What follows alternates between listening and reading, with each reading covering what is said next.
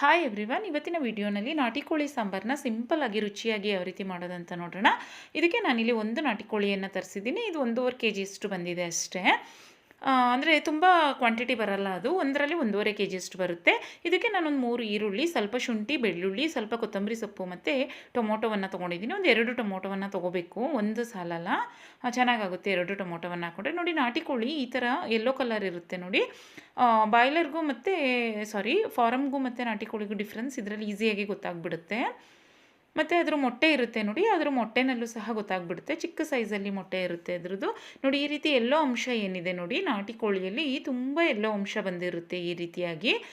Farm ಕೋಳಿನಲ್ಲಿ ಸ್ವಲ್ಪ ಅದೆಲ್ಲ white ಇರುತ್ತೆ ನೋಡಿ, ಆ ಥರ ಬಂದಿರುತ್ತೆ. ಡಿಫ್ರೆನ್ಸ್ ಗೊತ್ತಾಗ್ಬಿಡುತ್ತೆ. ಮತ್ತು ಮೊಟ್ಟೆ ಎಲ್ಲೂ ಸಹ ನೋಡಿದ್ರೆ ಗೊತ್ತಾಗ್ಬಿಡುತ್ತೆ. ಈಗ ಇದನ್ನು ಮಾಡಲಿಕ್ಕೆ ನಾನಿಲ್ಲಿ ಒಂದು ಮಿಕ್ಸಿ ಜಾರನ್ನ ತೊಗೊಂಡಿದ್ದೀನಿ. ಒಂದು ಮಿಕ್ಸಿ ಜಾರ್ಗೆ ಒಂದು ಸ್ವಲ್ಪ ಶುಂಠಿಯನ್ನು ಸೇರಿಸ್ಕೊತಾ ಇದ್ದೀನಿ. ಕ್ವಾಂಟಿಟಿಯನ್ನು ನೋಡಿಕೊಂಡು ಸೇರಿಸ್ಕೊಳ್ಳಿ, ಎಷ್ಟು ಸಾಂಬಾರು ಬೇಕಾಗುತ್ತೆ ಅಷ್ಟು. ನಾನಿಲ್ಲಿ ಒಂದು 2 ಗೆಡ್ಡೆಯಷ್ಟು ಬೆಳ್ಳುಳ್ಳಿ, ಒಂದು 2 ಇಂಚಷ್ಟು ಶುಂಠಿ, ಒಂದು 2 ಈರುಳ್ಳಿಯನ್ನು ಹಾಕ್ಕೊಂಡಿದ್ದೀನಿ. ನಂತರ ಒಂದು ಅರ್ಧ ಕಟ್ಟಷ್ಟು ಕೊತ್ತಂಬರಿ ಸೊಪ್ಪನ್ನು ಸೇರಿಸ್ಕೊತಾ ಇದ್ದೀನಿ. ದೊಡ್ಡ ಕಟ್ಟಿತ್ತು, ಚಿಕ್ಕ ಕಟ್ಟಾದರೆ ಒಂದು ಕಟ್ ಪೂರ್ತಿಯಾಗಿ ಸೇರಿಸ್ಕೊಳ್ಳಿ. ಒಂದು ಅರ್ಧ ಸ್ಪೂನಷ್ಟು ಅರಿಶಿನ ಪುಡಿಯನ್ನು ಸೇರಿಸ್ಕೊತಾ ಇದ್ದೀನಿ. ಬೇಕಿದ್ರೆ ಒಂದು 2 ಕಾಳು ಮೆಣಸನ್ನು ಹಾಕ್ಕೊಳ್ಳಿ, ತುಂಬ ಚೆನ್ನಾಗಾಗುತ್ತೆ ಸಾಂಬಾರು. ಈಗ ಅದನ್ನು ನೀರು ಸೇರಿಸ್ಬಿಟ್ಟು ಸಣ್ಣದಾಗಿ ಅದನ್ನು ರುಬ್ಕೊಳ್ಬೇಕು. ಪೂರ್ತಿಯಾಗಿ ಸಣ್ಣದಾಗಿ ಅದನ್ನು ಗ್ರೈಂಡ್ ಮಾಡ್ಕೊಂಡಿದ್ದೀನಿ ನೋಡಿ, ಈ ರೀತಿಯಾಗಿ ಗ್ರೈಂಡ್ ಮಾಡ್ಕೋಬೇಕು.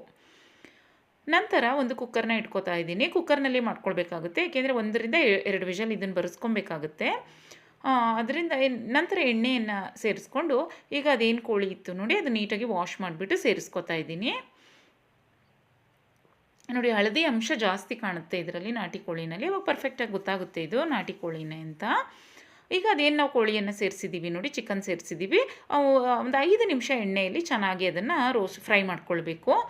ಇದು ನೋಡಿ, ಈಗ ಹಾಕಿದ್ಮೇಲೆ ನಾನು 1 ನಿಮಿಷ ಹಾಗೆ ಬಿಟ್ಟಿದ್ದೀನಿ. 1 ನಿಮಿಷ ಆದಮೇಲೆ ಅದನ್ನು ನೀಟಾಗಿ ಟರ್ನ್ ಮಾಡ್ಕೋಬೇಕು. ಹಾಕಿದ ತಕ್ಷಣ ಸಡನ್ನಾಗಿ ಟರ್ನ್ ಮಾಡ್ಕೊಂಬಿಡಿ, ಯಾಕೆಂದರೆ ಒಂದೊಂದು ಸರಿ ಸುತ್ತ ಕುಕ್ಕರ್ನಲ್ಲಿ ಅಂಟ್ಕೊಂಡ್ಬಿಡುತ್ತೆ ನೋಡಿ ಚಿಕನ್. ಅದು ಬಿಸಿ ಇರುತ್ತೆ ನೋಡಿ ಚಿಕನ್, ಅದು ಕುಕ್ಕರ್. ಆ ಚಿಕನ್ ನಾವು ಹಾಕಿದ ತಕ್ಷಣ ಏನಾಗ್ಬಿಡುತ್ತೆ, ಸುತ್ತ ಅಂಟ್ಕೊಂಡ್ಬಿಡುತ್ತೆ ಕುಕ್ಕರ್ಗೆ. ಅದರಿಂದ ಹಾಕ್ಬಿಟ್ಟು 1 ನಿಮಿಷ ಆದಮೇಲೆ ಅದನ್ನು ಈಸಿಯಾಗಿ ಟರ್ನ್ ಮಾಡ್ಕೋಬೋದು. ನೋಡಿ, ಈಗ ಚೆನ್ನಾಗಿ ಕುದೀತಾ ಇದೆ ಅಲ್ವಾ, ಈ ಟೈಮಲ್ಲಿ ಇದನ್ನು ನೀಟಾಗಿ ಟರ್ನ್ ಮಾಡ್ಕೋತಾ ಇದ್ದೀನಿ. ಮತ್ತು ಇದು ತುಂಬ ವಿಷಲ್ ಬರೆಸ್ಕೊಳ್ಳೋದು ಬೇಡ ಸಾಂಬಾರಿಗೆ. ಈಗ ನಾವು ಫಾರಮ್ ಕೋಳಿಗೆ ಏನು ಮಾಡ್ತೀವಿ, ಒಂದು 5-6 ವಿಷಲ್ ಬರೆಸ್ಕೊತೀವಿ ನೋಡಿ. ಇದು 1 ಇಲ್ಲಾಂದರೆ 2 ವಿಷಲ್ಗೆ ಪರ್ಫೆಕ್ಟಾಗಿ ಚೆನ್ನಾಗಿ ಬೆಂದೋಗ್ಬಿಡುತ್ತೆ. ಈಗ ನೋಡಿ, ಅದು ಚೆನ್ನಾಗಿ ಕುದೀತಾ ಇತ್ತಲ್ವ, ಈ ಟೈಮಲ್ಲಿ ನಾನು ಅದೇನು ಶುಂಠಿ ಬೆಳ್ಳುಳ್ಳಿ ಮತ್ತು ಕೊತ್ತಂಬರಿ ಸೊಪ್ಪಿನ ಪೇಸ್ಟ್ ಮಾಡ್ಕೊಂಡಿದ್ದೆ ಅದನ್ನು ಸೇರಿಸಿದ್ದೀನಿ. ಈಗ ಅದನ್ನು ಸೇರಿಸಿದ ಮೇಲೂ ಅಷ್ಟೇ ಲಿಡ್ನ ಮುಚ್ಚಿಬಿಟ್ಟು ನೀಟಾಗಿ 5 ನಿಮಿಷ ಅದನ್ನು ಕುದಿಸ್ಕೊಬೇಕು. ಈಗ ಆ ಟೈಮಲ್ಲಿ ಇನ್ನೊಂದು ಮಸಾಲವನ್ನು ಸಹ ರುಬ್ಕೋತಾ ಇದ್ದೀನಿ. ಮಿಕ್ಸಿ ಜಾರ್ಗೆ ಸ್ವಲ್ಪ ಹುರ್ಗಡ್ಲೆ, ಒಂದು ಅರ್ಧ ಕಪ್ಪಷ್ಟು ಹಸಿ ತೆಂಗಿನ ತುರಿ, ಸ್ವಲ್ಪ ಚಕ್ಕೆ ಮತ್ತು ಲವಂಗವನ್ನು ಸೇರಿಸ್ಬಿಟ್ಟು ಇದನ್ನು ಅಷ್ಟೇ ಪೂರ್ತಿ ಸಣ್ಣದಾಗಿ ಗ್ರೈಂಡ್ ಮಾಡ್ಕೊಳ್ಬೇಕು. ಫಸ್ಟ್ ನೀರು ಹಾಕದೆ ಹಾಗೆ ರುಬ್ಕೊಂಡಿದ್ದೀನಿ. ನಂತರ ಒಂದು ಅರ್ಧ ಗ್ಲಾಸಷ್ಟು ಅದಕ್ಕೆ ನೀರನ್ನು ಸೇರಿಸ್ಬಿಟ್ಟು ಪೂರ್ತಿಯಾಗಿ ಸಣ್ಣದಾಗಿ ಗ್ರೈಂಡ್ ಮಾಡ್ಕೋಬೇಕು. ನೋಡಿ, ಈ ರೀತಿಯಾಗಿ ಪೂರ್ತಿಯಾಗಿ ನುಣ್ಣಗೆ ಅದನ್ನು ಗ್ರೈಂಡ್ ಮಾಡ್ಕೋಬೇಕು. ಈಗ ನೋಡಿ, ಕುಕ್ಕರ್ನಲ್ಲಿ ಅದೇನು ನಾನು ಶುಂಠಿ ಬೆಳ್ಳುಳ್ಳಿ ಪೇಸ್ಟ್ ಎಲ್ಲ ಸೇರಿಸಿದ್ದೆ, ಚೆನ್ನಾಗಿ ಕುದೀತಾ ಇದೆ ಅದು. ಈಗ ನೋಡಿ, ಇದಕ್ಕೆ ಅಚ್ಕಾರದ ಪುಡಿ, ಸಾಂಬಾರು ಪೌಡರ್ ಎಲ್ಲನೂ ಸೇರಿಸ್ಕೊಬೇಕಾಗುತ್ತೆ. ನೋಡಿ, ಈಗ ಚೆನ್ನಾಗಿ ಕುದ್ದಿದೆ. ಒಂದು 5 ನಿಮಿಷ ನಾನು ಅಲ್ಲಿ ಏನು ಮಸಾಲವನ್ನು ರುಬ್ಕೊಂಡೆ ಅಲ್ಲಿ ತನಕ ಅದು ಚೆನ್ನಾಗಿ ಕುದೀತಾ ಇತ್ತು.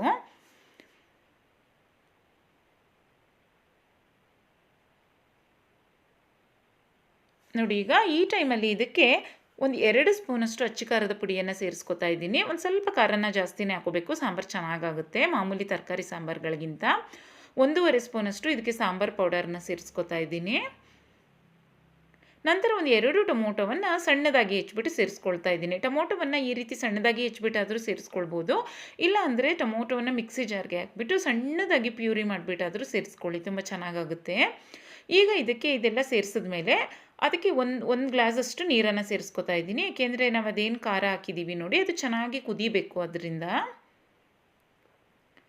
ಈಗ ಇದಕ್ಕೆ 1 ಗ್ಲಾಸಷ್ಟು ನೀರನ್ನು ಸೇರಿಸ್ಬಿಟ್ಟು ಮತ್ತೆ ಇದನ್ನು ಒಂದು 5 ನಿಮಿಷ ಕುದಿಲಿಕ್ಕೆ ಬಿಡ್ತೀನಿ.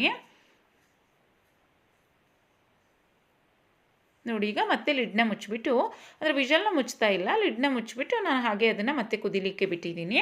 ಈಗ ನೋಡಿ, ಚೆನ್ನಾಗಿ ಕುದೀತಾ ಇದೆ ನೋಡಿ. ಈ ಟೈಮಲ್ಲಿ ಇದಕ್ಕೆ ಒಂದು ಇಲ್ಲಾಂದರೆ 1.5 ಸ್ಪೂನಷ್ಟು ಉಪ್ಪನ್ನು ಸಹ ಸೇರಿಸ್ಕೊಳ್ಬೇಕು.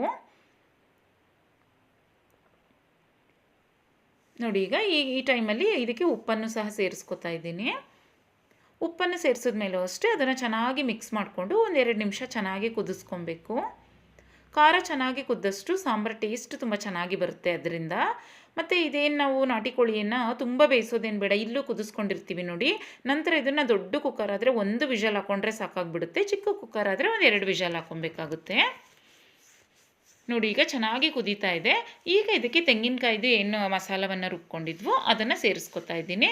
ಅದನ್ನು ಸೋಸ್ಬಿಟ್ಟಾದರೂ ಸೇರಿಸ್ಕೊಳ್ಬೋದು. ನಾನಿವತ್ತು ಹಾಗೆ ಸೇರಿಸಿದ್ದೀನಿ. ಹಾಗೆ ಸೇರಿಸೋದಕ್ಕಿಂತ ಸೋಸ್ಬಿಟ್ಟು ಸೇರಿಸ್ಕೊಳ್ಳಿ, ಸಾಂಬಾರು ತುಂಬ ಚೆನ್ನಾಗಾಗುತ್ತೆ. ಹಾಗೆ ಸೇರಿಸಿದ್ರೆ ಒಂದು ಸ್ವಲ್ಪ ಗಟ್ಟಿ ಅಂಶ ಹಾಗೆ ಬಂದುಬಿಡುತ್ತೆ ಸಾಂಬಾರಲ್ಲಿ. ಸಾಂಬಾರು ಸ್ವಲ್ಪ ತೆಳುವಾಗಿ ಅಂದರೆ ಅದು ಏನು ತರ್ತರಿ ಇರೋದಕ್ಕಿಂತ ನೈಸ್ ರೀತಿ ಪೇಸ್ಟ್ ಥರ ಬಂದರೆ ತುಂಬ ಚೆನ್ನಾಗಾಗುತ್ತೆ. ಇವತ್ತು ನಾನು ಪೂರ್ತಿಯಾಗಿ ಸಣ್ಣದಾಗಿ ಗ್ರೈಂಡ್ ಮಾಡಿದ್ದೆ, ಒಂದು 10 ನಿಮಿಷ ಮಿಕ್ಸಿ ಜಾರಲ್ಲಿ. ಅದು ಪೂರ್ತಿಯಾಗಿ ಸಣ್ಣಗೆ ನುಣ್ಣಗೆ ಆಗಿತ್ತು, ಅದರಿಂದ ಹಾಗೆ ಸೇರಿಸಿದ್ದೀನಿ. ತುಂಬ ದಪ್ಪದಾಗಿ ಏನಾದರೂ ಕಾಯಿ ತುರಿ ಅನಿಸಿದ್ರೆ ಅದನ್ನು ಸೋಸ್ಬಿಟ್ಟು ಹಾಕ್ಕೊಳ್ಳಿ, ತುಂಬ ಚೆನ್ನಾಗಾಗುತ್ತೆ ಸಾಂಬಾರು. ಈಗ ನೋಡಿ ಮತ್ತೆ ಕುದಿಲಿಕ್ಕೆ ಬಿಟ್ಟಿದ್ದೀನಿ. ಈ ಟೈಮಲ್ಲಿ ಉಪ್ಪಿನ ಅಂಶವನ್ನು ನೋಡ್ಕೊಳ್ಬೇಕಾಗುತ್ತೆ. ಉಪ್ಪನ್ನು ಬೇಕು ಅಂದರೆ ಈ ಟೈಮಲ್ಲಿ ಸೇರಿಸ್ಕೊಬೇಕಾಗುತ್ತೆ. ನಾನೊಂದು ಸ್ವಲ್ಪ ಉಪ್ಪು ಕಡಿಮೆ ಅನ್ನಿಸ್ತು, ಮತ್ತೆ ಒಂದು ಅರ್ಧ ಸ್ಪೂನಷ್ಟು ಇಲ್ಲಿ ಉಪ್ಪನ್ನು ಸೇರಿಸ್ಕೊಂಡಿದ್ದೀನಿ. ಮತ್ತು ಈ ಟೈಮಲ್ಲಿ ನೋಡಿ ಅದ್ರ ಮೊಟ್ಟೆ ಎಲ್ಲ ಏನಿರುತ್ತೆ, ಈಗ ಕೊನೆಯಲ್ಲಿ ನಾವು ಏನು ಲಿಡ್ ಮುಚ್ಚುತ್ತೀವಿ ನೋಡಿ ಆ ಟೈಮಲ್ಲಿ ಸೇರಿಸ್ಕೊತಾ ಇದ್ದೀನಿ. ಈಗ ಕುಕ್ಕರ್ನ ಲಿಡ್ ಮುಚ್ಚಿಬಿಟ್ಟು 1 ರಿಂದ 2 ವಿಷಲ್ ಬರೆಸ್ಕೊಂಡ್ರೆ ಸಾಕಾಗುತ್ತೆ. ದೊಡ್ಡ ಕುಕ್ಕರ್ ಆಗಿರೋದ್ರಿಂದ 1 ವಿಷಲ್ ಬರೆಸ್ಕೊಂಡ್ರೆ ಸಾಕಾಗುತ್ತೆ. ನಾನಿವತ್ತು 2 ವಿಷಲ್ ಬರೆಸಿದ್ದೆ. 2 ವಿಷಲ್ಗೆ ಪೂರ್ತಿಯಾಗಿ ಬೆಂದೋಗ್ಬಿಟ್ಟಿತ್ತು. ಒಂದೇ ವಿಷಲ್ ಬರೆಸಿದ್ರೆ ಸಾಕಾಗಿತ್ತು, ಯಾಕೆಂದರೆ ನಾವು ಮೊದಲೇ ತುಂಬ ಬೇಯಿಸಿರ್ತೀವಿ ನೋಡಿ ಅದರಿಂದ.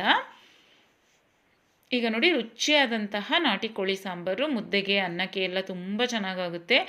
ಭಾನುವಾರದ ಸ್ಪೆಷಲಾಗಿ ಈ ರೀತಿ ಮಾಡ್ಕೊಂಡಾಗ ತುಂಬ ಚೆನ್ನಾಗಾಗುತ್ತೆ. ನೋಡಿ ಪರ್ಫೆಕ್ಟಾಗಿ ಬೆಂದಿದೆ ಚಿಕನ್ ಎಲ್ಲ.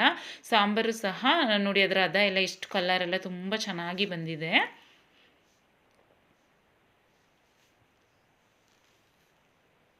ಇದನ್ನು ನಾನಿವತ್ತು ಮುದ್ದೆ ಮತ್ತು ರೈಸ್ಗೆ ಮಾಡ್ಕೊಂಡಿದ್ದೆ. ಮುದ್ದೆ ಮತ್ತು ರೈಸ್ಗೆ ತುಂಬ ಚೆನ್ನಾಗಾಗುತ್ತೆ. ನೈಟ್ ಟೈಮಲ್ಲಿ ಬೇಕಾದರೆ ಇದೇ ಸಾಂಬಾರಿಗೆ ಚಪಾತಿನ ಮಾಡ್ಕೊಳ್ಬೋದು. ಮತ್ತು ಪೀಸ್ ಸಹ ನೋಡಿ ತುಂಬ ಚೆನ್ನಾಗಿ ಬೆಂದಿತ್ತು. ಮತ್ತು ತುಂಬ ಫಾರಮ್ ಕೋಳಿ ಅಷ್ಟೇನಿದು ತುಂಬ ವಿಷಲ್ ಹಾಕಬೇಕು ಅಂತ ಏನಿಲ್ಲ.